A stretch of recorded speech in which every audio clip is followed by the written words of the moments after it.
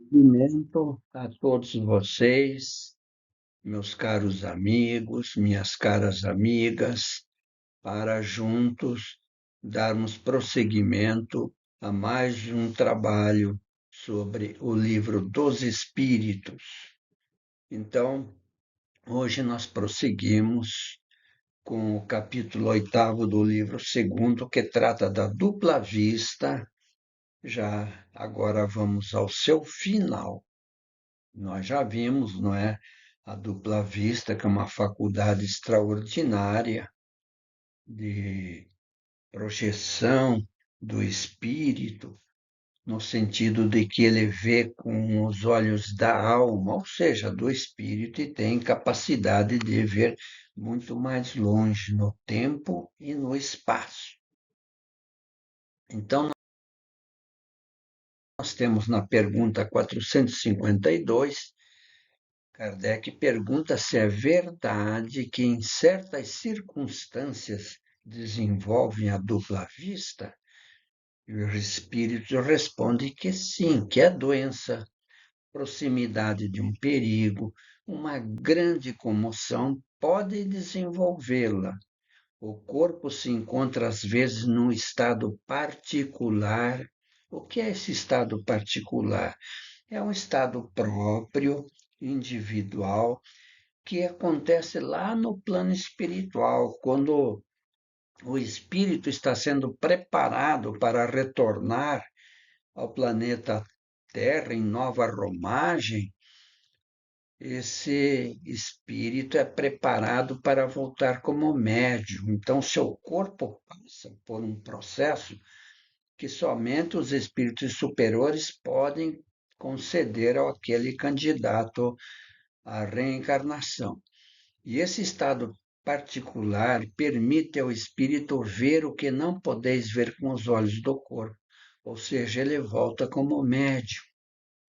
Então, Kardec comenta o seguinte, que os tempos de paz, ou por outra, de crise, de calamidades, as grandes emoções, todas as causas, enfim, de superexcitação moral provocam, às vezes, desenvolvimento da dupla vista.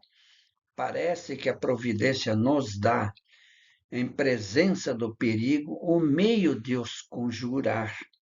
Todas as seitas e todos os partidos perseguidos oferecem numerosos exemplos a respeito, como nós vamos ver logo mais à frente. Na 453, as pessoas dotadas de dupla vista têm consciência disso? Respondem os espíritos. Nem sempre. Para elas é coisa inteiramente natural. Isto para quem tem a dupla vista. E muitas dessas pessoas acreditam que, se todos se observassem nesse sentido, perceberiam como elas, ou seja, como um fato perfeitamente natural. Então, eles veem os espíritos, podem até entabular uma conversação, e é um fenômeno natural, como nós, quando passamos, toda noite, quando dormimos, nosso espírito ele se desprende também, parcialmente, e nós entramos em contato com o mundo espiritual, conversamos com amigos, familiares, etc, etc. Então, a segunda vista, ou dupla vista, tanto faz, efeito da emancipação da alma, que se manifesta no estado de vigília, ou seja, acordado, faculdade de ver as coisas ausentes como se estivessem presentes. Aqueles que delas são notados não veem pelos olhos, os olhos da carne, não. É os olhos da alma, que percebe a imagem dos objetos por toda parte onde ela se transporta, quer dizer, aonde vai o espírito ou a alma, ele está vendo os lugares por onde passa. E é como uma espécie de miragem. Esta faculdade, ela é permanente. Certas pessoas a possuem sem saber. Ela parece-lhes um efeito, e também aquilo que a gente denomina de visões. Então, vocês vejam que esse é o conceito da dupla vista. Agora vamos ver o seguinte, pessoal. Nós estamos mostrando para vocês aqui. Lembra-se, quem não conhece as perseguições do Império Romano ao cristianismo? Quantos mártires foram trucidados pelas feras ou então queimados em postes vivos, não é? Eram banhados com óleo e era colocado fogo. Eram crimes horríveis praticados pelos romanos. Então, a comoção do perigo por que eles passavam era tão forte que abria a dupla vista de todos eles, como a gente vê nos romances de Emmanuel, quando ele fala, né, que essas pobres criaturas que praticavam o cristianismo e que não aceitavam adorar os deuses idólatras dos romanos, eles viam, não é, aquelas entidades que se aproximavam para trazer carinho, paz para todos eles e, ao mesmo tempo, aliviá-los da dor por que eles passariam. Só mesmo lendo esses romances maravilhosos para ter uma certeza, né, profunda desse processo admirável. E aqui nós colocamos também, porque todos dizem, mas isso só acontece com os espíritas? Não. Na Bíblia, o que tem de acontecimentos de dupla vista, mediunidade de todas as formas, é uma coisa formidável. Nos evangelhos também, e aqui nós estamos mostrando dois católicos muito conhecidos no meio do catolicismo. O primeiro aqui é Santo Antônio de Ligori. Ele foi canonizado até antes do tempo previsto por se haver mostrado simultaneamente em dois sítios diversos, o que passou por milagre. E a Igreja Católica, que aceita o milagre, né, colocou ele como, não é, um santo, não é? E de fato foi um grande homem, e ele tinha essa capacidade de se desdobrar, de aparecer em outros lugares com a dupla vista. E o caso de Santo Antônio de Pádua, então, nossa, ele estava pregando na Itália certa vez, quando seu pai, em Lisboa, ia ser supliciado e condenado sob a acusação de haver cometido um assassinato. E no momento da execução, o que aconteceu? Santo Antônio de Pádua, ele, através dessa dupla vista, ele aparece lá, defende o pai e o livra do crime do qual ele era inocente. Então, vocês vejam, no meio católico, os católicos que, porventura, me assistem, abram a Bíblia. Vejam lá os incontáveis fenômenos mediúnicos. Leiam o Evangelho e vejam quantos fenômenos, não só pelos apóstolos de Jesus, mas como o próprio Jesus, os fenômenos mediúnicos extraordinários. Vamos em frente?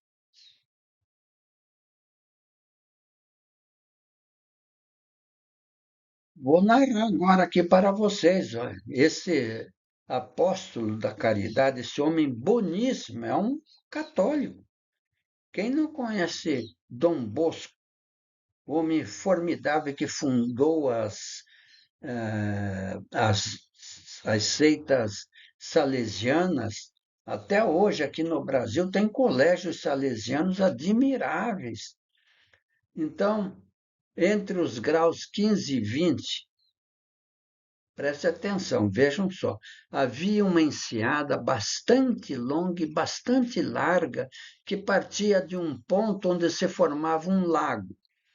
Disse então uma voz repetidamente: quando se vierem a escavar as minas escondidas no meio desses montes, aparecerá a terra prometida, de onde jorrará leite e mel.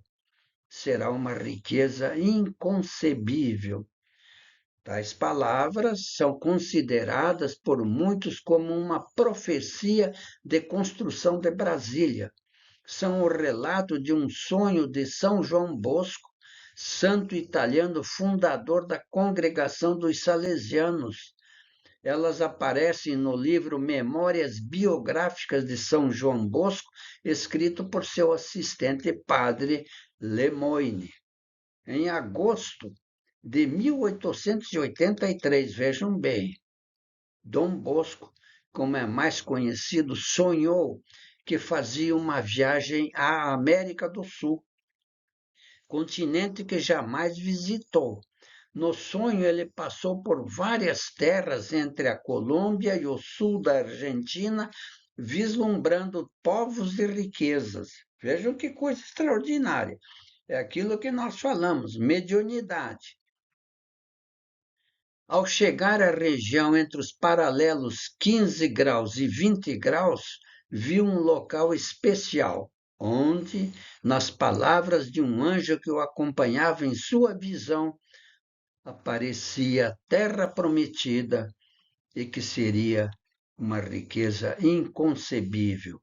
77 anos depois do sonho, era inaugurada no Planalto Central brasileiro a cidade de Brasília, exatamente dentro dos intervalos geográficos mencionados na visão de Dom Bosco, emolduradas pelo Lago do Paranoá.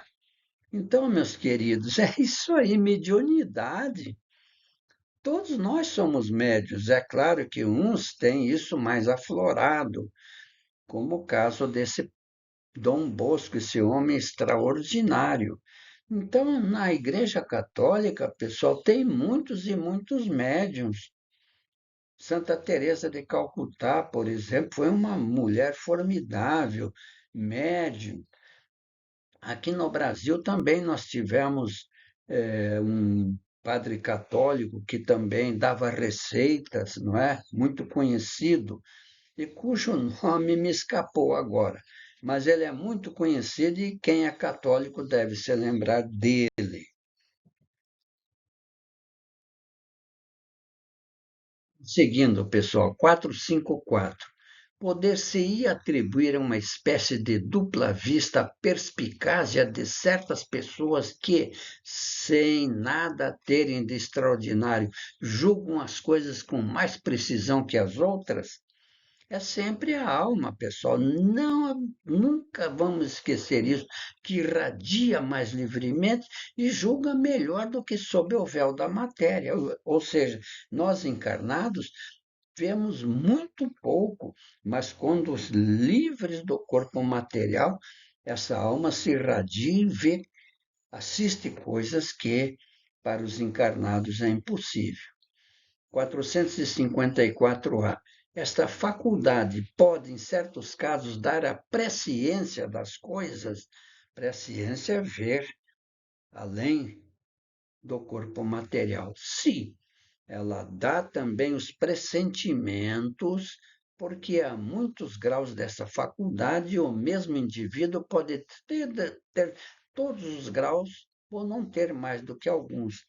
Quer dizer, a capacidade maior ou menor de ver fora do tempo e do espaço. Quer dizer, dentro do tempo e do espaço, né? Não desse nosso espaço limitado, mas do espaço infinito. E Allan Kardec coloca uma nota. Kardec usou as duas expressões, segunda vista e dupla vista, com evidente preferência pela primeira. Em português, sendo comum a dupla vista, demos preferência a essa. É nota do tradutor, né? No caso, o professor Herculano Pires. E agora, para finalizar a nossa mensagem evangélica. Como vocês sabem, a gente mescla, não é? O livro dos Espíritos com o Evangelho. Nas conversações, não se irrite com o interlocutor se não lhe corresponde a expectativa. Talvez não tenha sido você suficientemente claro na expressão. Se o interpelado não atende de pronto, cale as reclamações. É provável que ele seja gago, e, se não o for, a descortesia é uma infelicidade em si mesma. Quando alguém não lhe der a informação solicitada, com a presteza que você desejaria, não se aborreça. Recorde que a surdez pode atacar a todos. Evite os assuntos desconcertantes para o ouvinte.